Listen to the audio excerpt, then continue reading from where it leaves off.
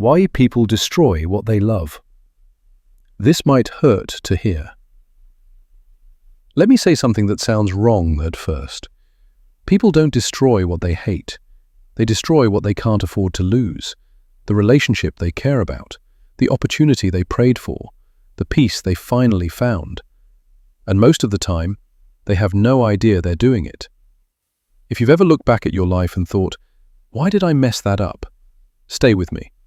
Because this isn't about being toxic, it's about being human.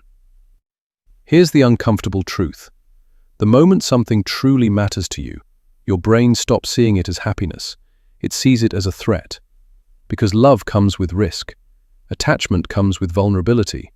And vulnerability comes with the possibility of pain.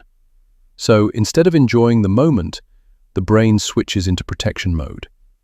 You overthink texts. You read silence as rejection. You replay conversations at 2 a.m.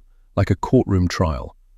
Not because you're dramatic, because your mind is trying to prevent future pain, even if it means ruining the present. This is why people self-sabotage. They don't trust happiness that hasn't suffered yet. So they test it. They pull away to see if someone chases. They start fights over small things. They create distance and call it needing space. They act cold instead of honest. It's the emotional version of saying, let me hurt myself first, so it hurts less later. The problem? Healthy love doesn't survive constant testing. It wasn't meant to be proven under pressure. Now let's talk about something most people avoid. Your past is louder than you think.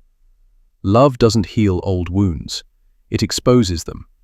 If someone was abandoned before, their brain is always waiting for it to happen again. If someone was betrayed, they scan for danger even when there is none. If someone grew up feeling not good enough, they either cling too hard or push people away before they can be rejected. So the present relationship gets punished for pain it never caused. Not because you want that, but because your nervous system learned survival before safety. Here's another hard truth. Some people don't destroy love. They destroy peace, because chaos feels familiar. If your life was loud, unstable, or emotionally unpredictable, calm can feel wrong. Silence feels suspicious. Stability feels boring. Healthy love feels off. So when things finally feel safe, the brain panics. People create problems out of nothing. They turn small issues into big conflicts. They confuse intensity with connection. Chaos feels alive. Peace feels empty. So they choose familiar pain over unfamiliar calm. And then there's ego. Not the loud kind. The quiet one that whispers, I shouldn't need anyone. I have to stay in control. If I care too much, I'll lose power. So instead of saying, I'm scared of losing you, people say, I'm fine. Instead of asking for reassurance, they withdraw. Instead of being vulnerable, they become defensive. But here's the truth no one likes to hear. Ego feels safe. Love feels exposed. You can't fully choose both. Here's what really destroys love. Not cheating, not arguments, not mistakes. It's the slow stuff. Silence instead of conversation. Sarcasm instead of softness. Assumptions instead of questions. Being right instead of being kind. Little by little, until one day someone says, this doesn't feel the same anymore. And they're right. So how do you stop destroying what you love? You pause. You ask yourself one honest question. Am I reacting to this moment or to an old fear? You stop letting past pain make present decisions. You choose curiosity over control, honesty over defense, connection over ego. Love doesn't need perfection. It needs awareness.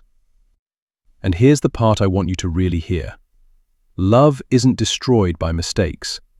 It's destroyed by unspoken fears. Fear of being abandoned. Fear of being replaced.